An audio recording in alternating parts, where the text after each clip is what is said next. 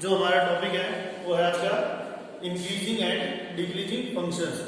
तो इंक्रीजिंग, देखो नाम ही आपको सजेस्ट कर रहा है कि जो फंक्शन इंक्रीज करे, ठीक है, वो क्या होगा इंक्रीजिंग, एंड जो फंक्शन डिक्रीज करे वो होगा डिक्रीजिंग। इट मींस दैट कोई भी फंक्शन x है एफ एक्स आपका क्या कर रहा है इंक्रीज कर रहा है, तब विद रिस्पेक्ट टू x जब आपका इंक्रीज करे। जैसे मान लो कोई फंक्शन इस टाइप से चल रहा है कि ऐसे चला और ये यूं चल रहा है, तो अब देखो यहां पर इस साइड में क्या रहता है आपका एफ एक्स और इधर क्या होता है हमारा x। अब यहां पर x 1 है, यहां पर मान लो 5 है, अब इसके ऊपर 1 के ऊपर वैल्यू इसकी है मान लो 3, तो 5 की उसकी वैल्यू हुई 7। तो जैसे जैसे x की वैल्यू बढ़ रही है आपका फंक्शन की वैल्यू भी क्या कर रही है इंक्रीज कर रही है। तो उस सिचुएशन में हम लोग क्या कहते हैं कि हमारा फंक्शन इंक्रीजिंग रहेगा। अब इसको कैसे लिखोगे आप कि if x1 is greater then x2 then f of x1 is also greater than f of x2 if any function satisfy this equation or this condition, then we can say that our function is increasing। आगे सुनिए कि देखिए जब हमारा x1 x2 से बड़ा है और f of x1 भी क्या होगा f of x2 से बड़ा है, तो हमारा फंक्शन क्या रहेगा इंक्रीजिंग रहेगा। अब मान लो दूसरी सिचुएशन क्या हो सकती है आपके पास, सिंपल लेते हैं ऐसे ये वाले। अब इसमें देखो ये मान लेता हूं x2 या x1 या x2 मान लो, और ये मान लिया आपने x1 कुछ भी मान लो।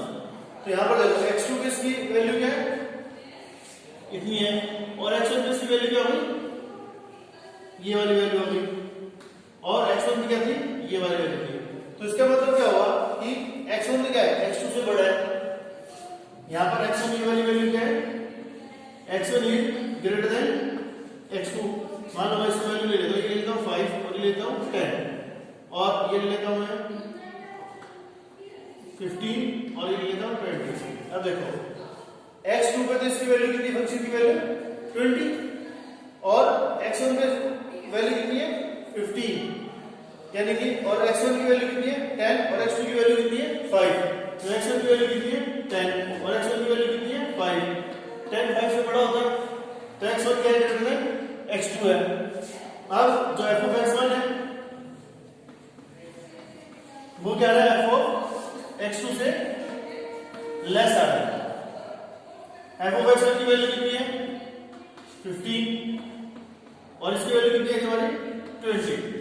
तो जब कंडीशन आपकी रिवर्स हो जाए, कैसे x1 तो क्या है x2 से बड़ा है बट f of x1 क्या हमारा f of x2 से छोटा है, तो उस केस में हमारा फंक्शन क्या रहेगा डिक्रीजिंग। तो इस फंक्शन क्या रहेगा यहां पर डिक्रीजिंग। तो ये था आपका कॉन्सेप्ट, जो सबसे पहला कॉन्सेप्ट था इंक्रीजिंग और डिक्रीजिंग का।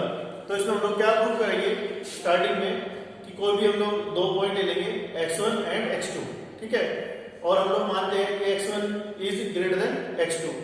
फिर उसके अकॉर्डिंग जो भी हमारा क्वेश्चन होगा उसके अंदर हम लोग चेंजेस करके f of x1 को f of x2 से ग्रेटर प्रूव करेंगे या फिर लेस देन प्रूव करेंगे। यदि हम लोग ग्रेटर देन प्रूव करते हैं तो हमारा फंक्शन क्या रहेगा इंक्रीजिंग रहेगा, और यदि हम लोग उसको लेस देन प्रूव कर देते हैं तो हमारा फंक्शन क्या हो जाएगा डिक्रीजिंग हो जाएगा। तो इसके ऊपर जो आपका क्वेश्चन आता है, सिंपल सा क्वेश्चन लेते हैं पहले। ये कहता है show that the function given by f of x is equal to 7x minus 3। f x है आपका 7x minus 3 is increasing on r।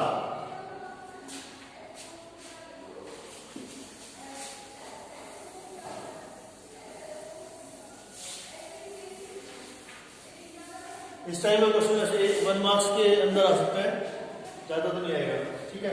यहाँ पर हमारे पास एफ एक्स गिवन है 7x minus 3, तो तो late x2 is greater then x1। मान लो आप ये x2 क्या है, x1 से ग्रेटर है। अब मल्टीप्लाइंग बोथ साइड बाय 7, तो यह क्या आ जाएगा, 7x2 is greater then 7x1। ठीक है, अब दोनों साइड क्या करो, 3 को सब्ट्रैक्ट कर दो। तो जब दोनों साइड 3 को सब्ट्रैक्ट करोगे तो आएगा 7x2 minus 3 is greater then 7x1 minus 3। And what is this? This is your f of x2 is greater than f of x1। तो यहाँ पर क्या है, वह x2 greater than x1 है। जब x2 greater than x1 है तो f of x2 is greater than f of x1 है। So our function is increasing। ठीक है ना, and our function is increasing। ये आ गया क्लियर, कोई डाउट इसमें। अब मान लो आपके पास ऐसे ही कुछ इस टाइप का कोई फंक्शन आ जाए,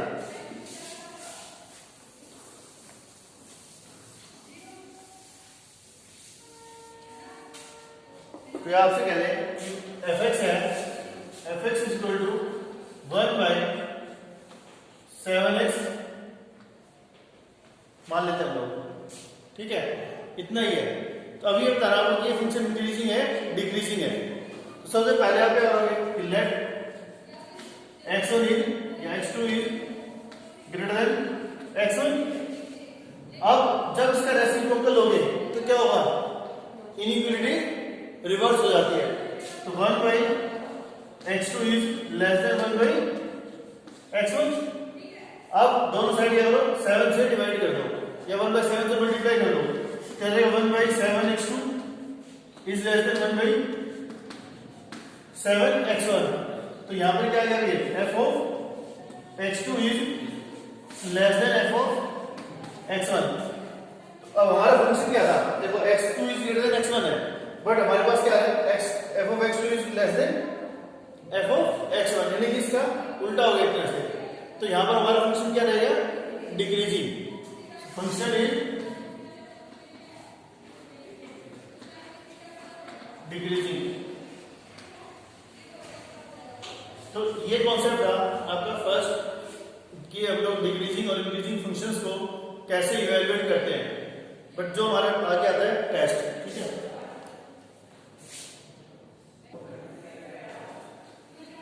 ये जो क्वेश्चन नंबर सेकंड है एक्सरसाइज का, वो है f of x equal to e to the power 2x है। अब सबसे बड़ी प्रॉब्लम क्या आती है कि हमें यही नहीं पता कि e क्या है, क्या e, what is the value of e, 2.713। ठीक है, जो e होता है ना इसकी वैल्यू क्या होती है हमारी 2.713। This the exponential. ओके, अब सिंपल हो गया, आपको पता लगेगा कि x1 इज, मान लो x2 आप ले लेते हो ग्रेटर देन x1। ठीक है, तो अब जो e है e to the power 2x1 क्या है, e to the power 2x2 is also greater than e to the power 2x1।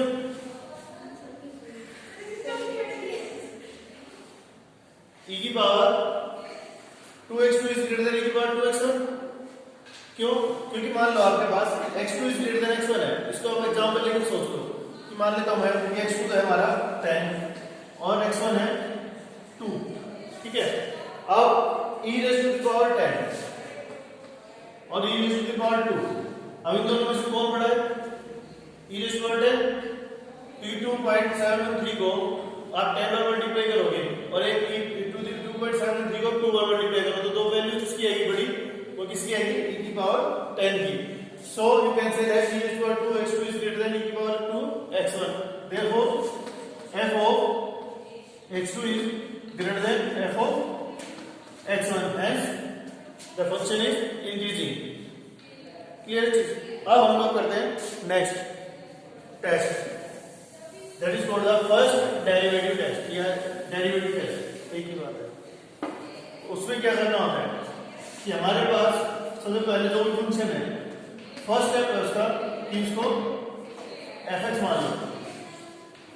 Clear? जो भी फंक्शन है जिसके अंदर हमें इंक्रीजिंग या डिक्रीजिंग कैलकुलेट करना है उसे हम लोग fx मान लेंगे। सेकंड स्टेप में फाइंड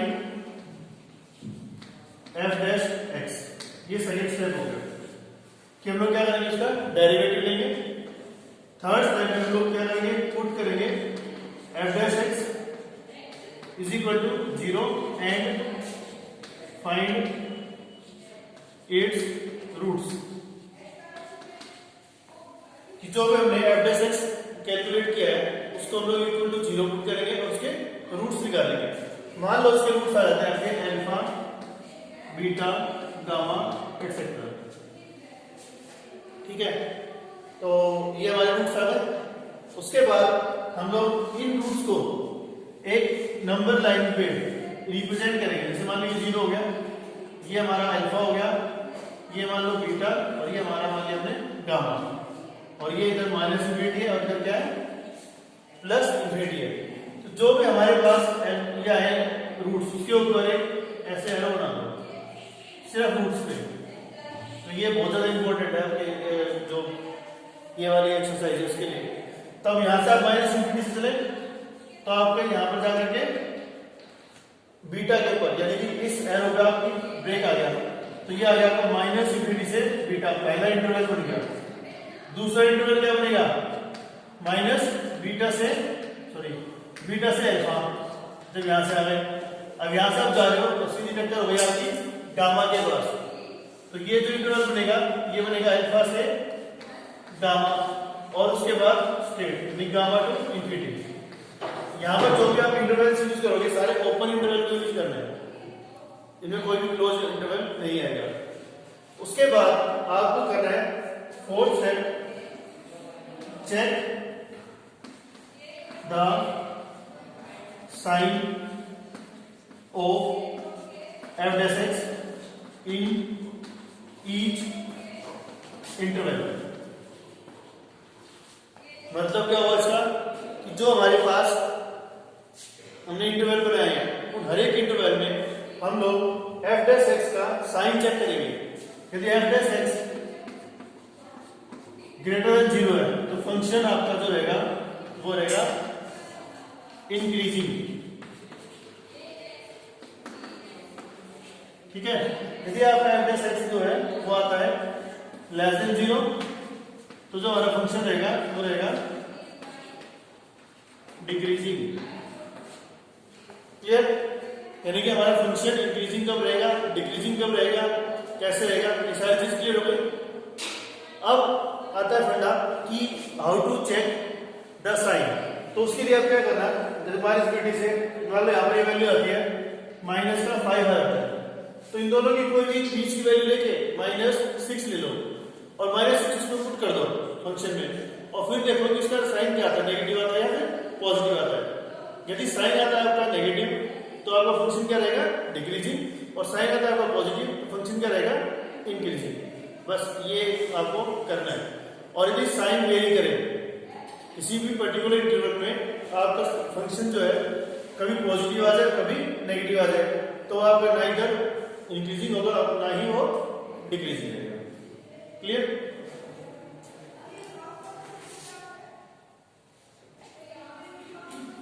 तो जो हमारा क्वेश्चन है वो है f(x) = sin x। तो देखो जो फर्स्ट स्टेप हमारा f(x) = sin x हमने मान लिया, ये गिवन है। सेकंड स्टेप क्या होता है, find f dash x। f dash x is equal to what is the derivative of sin x, cos x।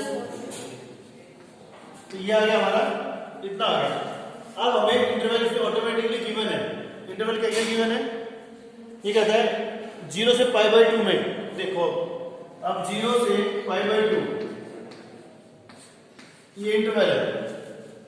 अब cos x जो है 0 से π/2 में क्या होता है, पॉजिटिव होता है नेगेटिव होता है, पॉजिटिव होता है पूरे में। फर्स्ट क्वाड्रेंट में तो cos पॉजिटिव होता है, सिंपल है। तो यहां पर क्या हो गया, f dash x is greater than 0 for x belongs to 0 to π/2। अब जब f डैश x आपका ग्रेटर देन 0 है तो फंक्शन क्या होगा, increasing. So F X is increasing. Clear? वैसे क्या ना cos x की जो आपकी वे ग्राफ होता है वो इस टाइप से होता है। तो ये होता है 0, this is pi by 2, this is pi and 3 pi by 2, ऐसे चलेगा। अब जो हमारा नेक्स्ट इंटरवल है वो है पाई बाय 2 से पाई। सेकंड इंटरवल जो सेकंड पार्ट है इसका वो दिया हुआ पाई बाय 2 पाई। अब पाई बाय 2 से पाई में फंक्शन क्या होता है? नेगेटिव है, तो इसलिए यहां पर आप लिखोगे f dash x is less than 0, so for x belongs to pi by 2 to pi. इसलिए हमारा फंक्शन क्या रहेगा यहां पर? डिक्रीजिंग। अब हम लोग बात करें 0 से पाई की। अब 0 से पाई में क्या इशू है? 0 से पाई बाय 2 में तो क्या है? ग्रेटर देन 0 है, और पाई बाय 2 से पाई के बीच में क्या है? लेस देन 0 है। इसलिए इस इंटरवल में जो हमारा फंक्शन है वो ना ही तो इंक्रीजिंग है और ना ही वो डिक्रीजिंग